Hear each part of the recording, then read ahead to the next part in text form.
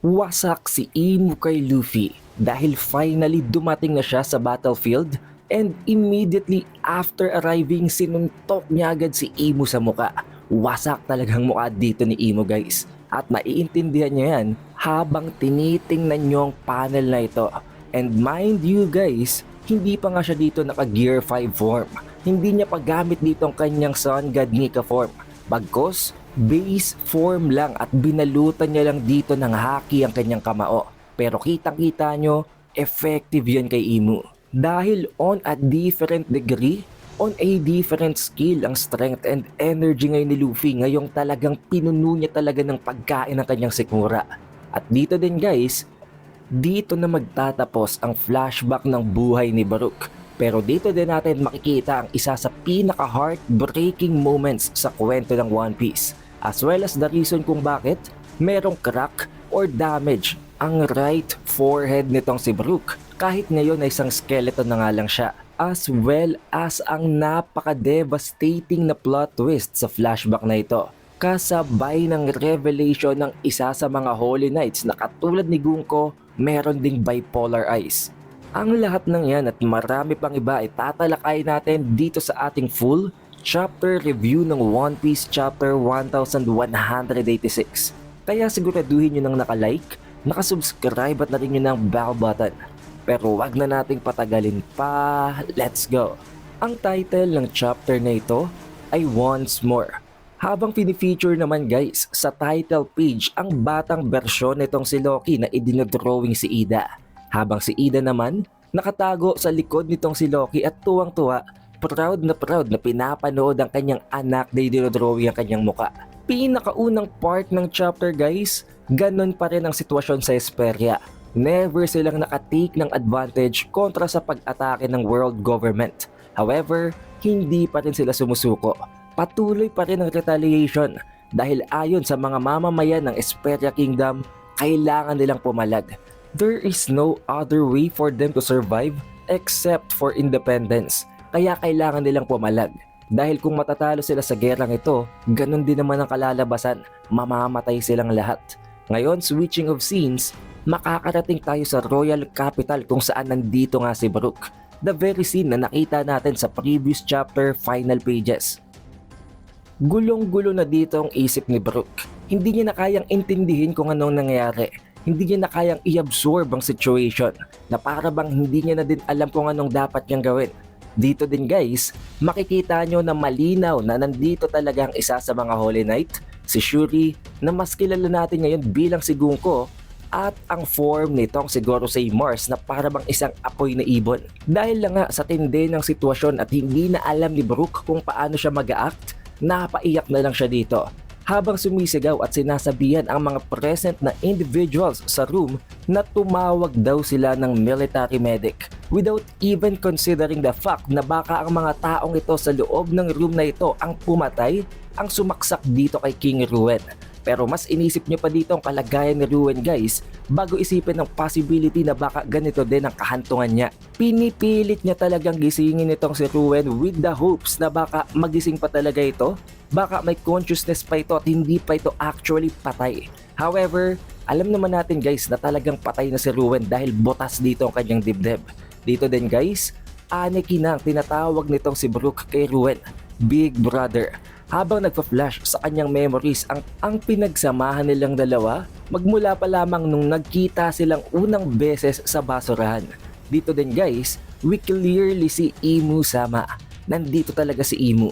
Hindi lang natin masabi kung sumapi ba siya kay Gunko, kung nag-teleport ba siya dito gamit ang isang abyss pentagram. However, dahil nga sa hindi nila ine-expect na makakarating dito si Baruch na para bang may pinaplano pa sila pero may nakapasok na outsider, umalis na din dito si Imu kasama ni Gorosei Mars. Therefore, ang naiwan dito ay itong si Shuri at ang Holy Knight na ito. Hindi naman nagtagal guys, nagsalita na dito itong si Shuri. Habang sinasabi na tumigil na daw si Baruch, ang taong ito ay patay na. Medyo nagalit dito si Baruch habang iniisip bakit daw ganun ang tawag nitong si Shuri sa kanyang tatay. Tinatawag niya ito na that person as if hindi ito nanggaling sa kanya. Kaya naman dito guys, nagalit itong si Brook hindi kay Shuri, kung hindi sa isa pang taong ito na naiwan ni Imu at ni Goro Seymours. Habang tinatanong, sino daw ang taong ito? Anong ginawa niya kay Shuri? Dahil sa pagkakakilala daw niya dito sa prinsesang ito, hindi ito masamang tao. Magmula pa lamang ng isa itong infant, ng isa itong sanggol, kilalang kilala niya na ito. Napaka-pure, napaka-innocent at hindi niya magagawang patayin ang kanyang sariling tatay. So for sure may ginawa sila kay Shuri para maging ganito ito. Kaya naman napasingit dito itong si Shuri habang sinasabi na kung totoo daw na oo kilalang kilala ni Brook itong si Shuri, then dapat ngayon alam and aware siya na itong si Shuri ay isa talagang celestial dragon. At ang taong ito na tinutukoy niya na si King Ruwen ay hindi talagang kanyang tunay na tatay. Gulong-gulo na dito si Brook guys, at dahil lang nga sa medyo napipiko na din siya kay Shuri, sinigawan niya na ito. Nagtalo ang dalawa habang sinasabi nitong si Brook na ano daw ang pinagsasasabi nitong si Shuri. Hindi daw ba niya naiintindihan? Ito ang kanyang tatay. Dito siya nanggaling. Magmula pa lamang ng isilang si Shuri, nandito na si King Ruwen. Pero ang sagot dito nitong si Shuri, kung totoo yon, nasaan ang proof? Na mas lalong ikinagalit nitong si Brook. Tanga daw ba itong si Shuri para maghanap ng proof sa gitna ng isang mag-ama, sa father and daughter, na sinagot din itong si Shuri na oo, kailangang meron silang visible proof. Dahil kung wala yon, hindi niya mapagkakatiwalaan ng kahit na anong sabihin lang ng kung sino. At hindi lang yon guys, ayon dito kay Shuri all throughout this time, kung hindi pa daw i-reveal sa kanya ng world government ang katotohanan ay hindi niya pa yun malalaman. 16 years ng buhay niya ay puro kasinungalingan lang. Rason kung bakit galit na galit dito itong si Shuri. At meron pang dumagdag dito na rason kung bakit pinatay niya talaga si King Ruwen. Ang totoo pala niyan guys, hindi talaga humihingi at nagde-demand ng 1,000 slaves ang world government. Bagkos, hinihingi lang nila na ibalik ni King Ruwen itong si Shuri.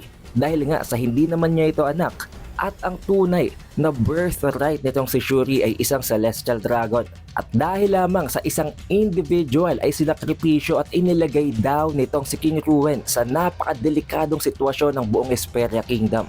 Therefore, pinatay niya ito. Dahil once napatay na daw ang king, matatapos na ang gera.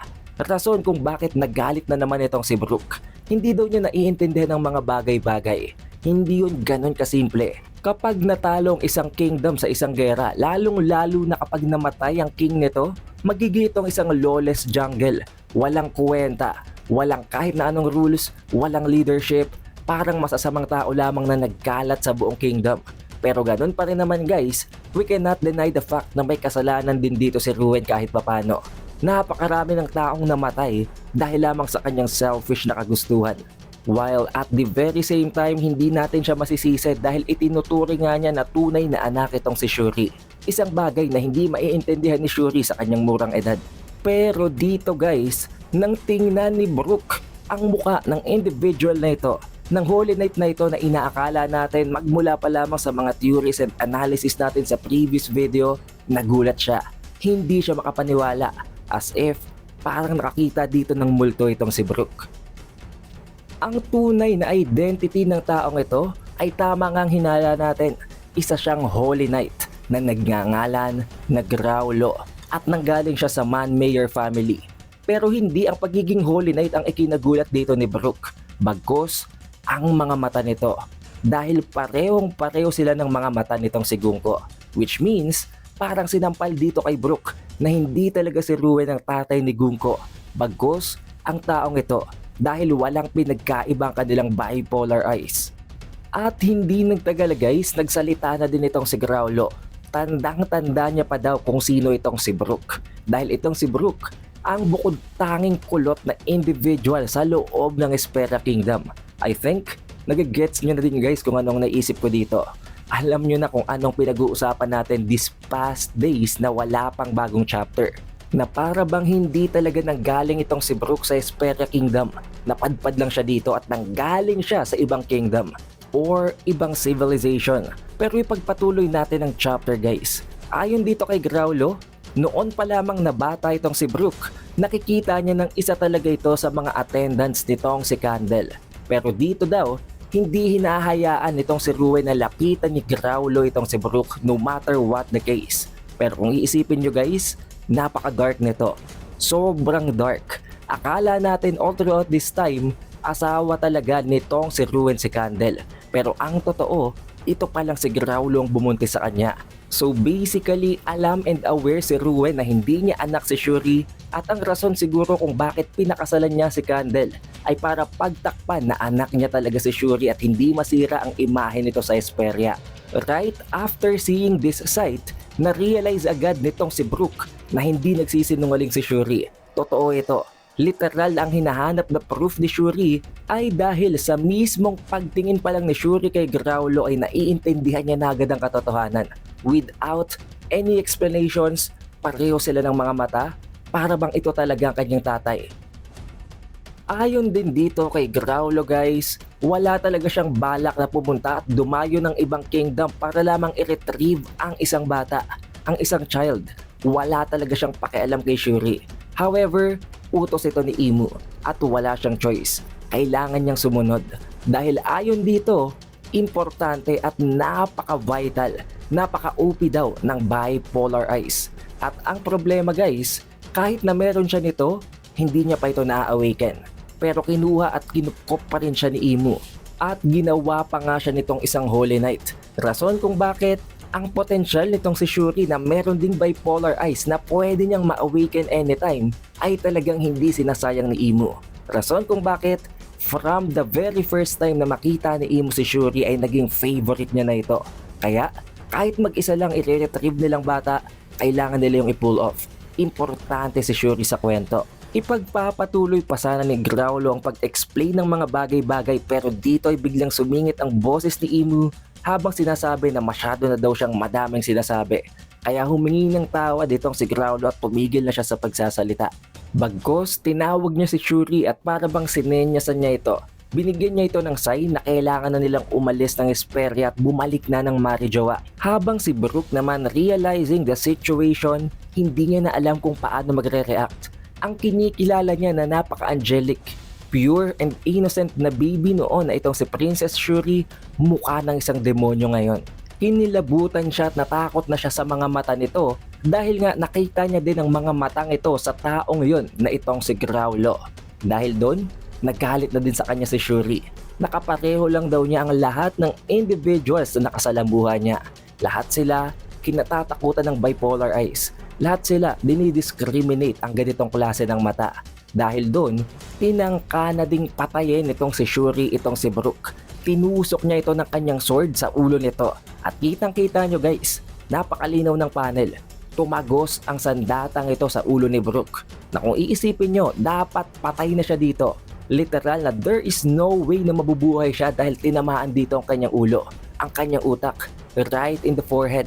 Habang nangyayari ito ay walang magawa si Brook. Nakatulala na lamang siya at para bang tumatakbo at tumutugtog sa utak niya ang kanta na palagi niyang kinakanta magmula pa lamang nung bata siya. Na kapag namatay daw ang isang tao, walang natitira kung hindi ang mga buto nito. Matapos ang insidenteng ito guys, miraculously nakasurvive itong si Brook. Gulat na gulat maging ang kanyang sariling mga bataan. Ayon sa mga ito, hindi dapat ito posible. Dapat patay na itong si Brook. Pero tulad nga ng binanggit ko, miraculously, hindi tinamaan ng sandatang yon ang mga vital parts ng kanyang utak. Tulad na lamang ng kanyang brainstem, ang iilang parte ng utak na talagang kailangan para makasurvive at mabuhay ang isang tao, hindi dun tumama ang sword. As if it is done very accurately. Na I think guys, dalawa lang yan. Talagang napakaswerte ni Brook o talagang gumawa ng paraan itong si Shuri para hindi siya mamatay sa atake yun. Pero kahit na ganun guys, tinanong pa rin ni Brook kung anong sitwasyon ng Esperia Kingdom. Na sinagot ng mga ito ng walang alinlangan. Sinabi nilang katotohanan. Natalo sila completely. Dinurog sila ng world government. Patay na si King Ruin at ang princess nila na si Princess Shuri ay tinangay ng isa sa mga tao nito. Upon hearing this, naalala ni Brook ang lahat ng nangyayari sa royal capital. Naluha na lamang siya at napaiyak dahil alam niya na hindi yun panaginip. At dito din guys, dahil lang sa sobrang tindi ng trauma nitong si Brook, dumugo na naman ang sugat niya sa noo. At after nun, inisip na lamang ni Brook na isang nightmare ang nangyari. Sobrang lala, sobrang dark, Sobrang tindi ng experience na yon kaya nagkaroon siya ng PTSD at magmula ng araw na yon ay inisip niya na hindi talaga yung totoong nangyari.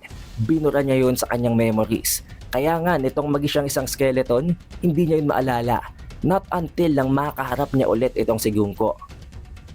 Matapos itong marinig ng mga members ng Straw Hat, napaluha na lang sila sa sobrang lungkot ng backstory nitong si Brook. Pero ngayon guys, naisip at talagang pinupush pa rin itong si Brook na what if, just what if, isa lamang itong si Gunko or itong si Princess Shuri sa mga biktima ng mga pangyayaring yon.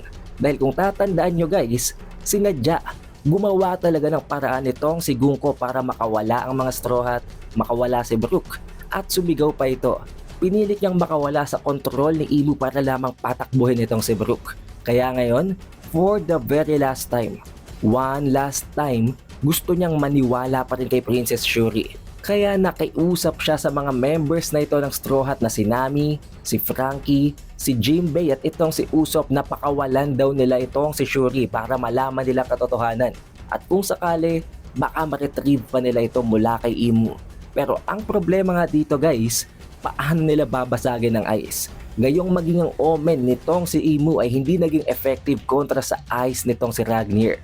And for some reason guys, itong si Brook, after niyang banggitin ang kwentong yun sa mga Straw Hat, after niyang humingi ng tulong na tulungan siyang pakawalan itong si Gunko mula sa frozen ice na yon, bigla siyang tumakbo without explaining kung anong gagawin niya.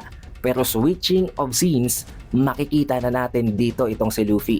From afar, nakita niya na kanyang pinaka-target na itong si Imu, na ayon kay Luffy, itong pinakapunot dulo ng pag-atake sa Elbaf, na para matapos ang gulong ito, kailangan niya itong ma-eliminate. At dito din guys, nabanggit ni Luffy na after niyang mabusog ng literal na talagang busog na punong-puno ang kanyang tiyan, umaapaw daw talaga ang kanyang energy to the point na feeling niya na ngayon na nasa peak siya ng kanyang energy, wala sa kanyang makakatalo.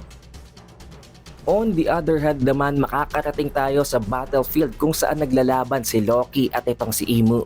Ayon dito kay Loki, walang kwenta daw itong si Imu. Kung ganun nga na kahit papano kaya naman niyang makipaglaban, bakit kailangan pa nilang gamitin at gawing hostage ang mga bata para lamang masakop ang Elbaf Kingdom? Ganun daw sila kawalang kwenta, ganun sila kaduwag. Na sinagot naman ni Imu na hindi daw niya naiintindihan ng sitwasyon. Kahit na noong 800 years ago, it is the very same method na naging effective kontra sa mga giants. Oo, napakalakas nila, napaka-OP nila kontra sa ibang mga races, pero magmula noon, ang kabataan, ang children, ang pinaka nagsisilbing pinaka-weakness ng mga higante. At kahit sobrang daming taon nang nakalipas, hindi basta-basta nawawala ang trait na yon. Kaya nga daw ngayon, na ginamit na naman nilang mga bata, napakadali nilang nasasakop ang Elbaf. At tapos na daw ang Elbaf Kingdom. Dahil alam nga nitong si Imu guys na nagamitan niya ng Domi Reverse ang mga giants, and I think hindi pa siya aware na napatay na nitong sila Zoro ang mga yon. Habang sinasabi na history will just repeat itself. Kung paano nila tinalo ang mga giants 800 years ago, ganun lang ulit ang magiging outcome ng laban na ito. Rason kung bakit galit na galit dito itong si Loki, habang sinasabi na dudurugin niya si Imu bago yun mangyari.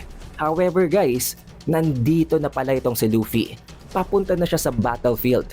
And in the very instance na nakalapit siya dito kay Imu, wala nang kahit na anong salita, wala nang kahit na anong kung ano-ano pa. Sinuntok niya ito ng ubod ng lakas sa muka. At kitang-kita nyo sa panel guys, ramdam ito ni Imu. Coated ito ng Conqueror's Haki at ng Armament Haki. At kitang-kita nyo guys, halos mamuti din ang kanyang mata dito. Oo, OP si Imu, pero I think vulnerable siya sa mga unpredicted attacks tulad ng ginawa dito ni Luffy. And mind you guys, hindi pa nga niya gamit dito ang kanyang ultimate form. Ang Gear 5 form, ang Sun God Nika. Base form Luffy ito na gumamit lamang ng Conquerors and Armament Haki, effective na kontra kay Imu. I think si Luffy talaga ang Sun God Nika ang weakness ng King of the World. But this does not mean na porke nakapag-land ng clean hit dito itong si Luffy, mananalo na sila. Ganon pa rin ang magiging outcome nito. Siguradong mas magiging malala ang bawi dito ni Imu. However, this is where the chapter ends. But don't worry guys, walang chapter break next week. Kaya naman Tuesday maire-release agad natin ang spoilers para sa chapter 1187. And also guys, wag na wag niyong kakalimutan, nagbabalik na ang Hunter x Hunter at na-release na natin ang spoilers para sa chapter 411. Kaya siguraduhin nyo nang naka-like, naka-subscribe at naring nyo ng bell button. It is the Updated Weeb and I will see you guys on the next one.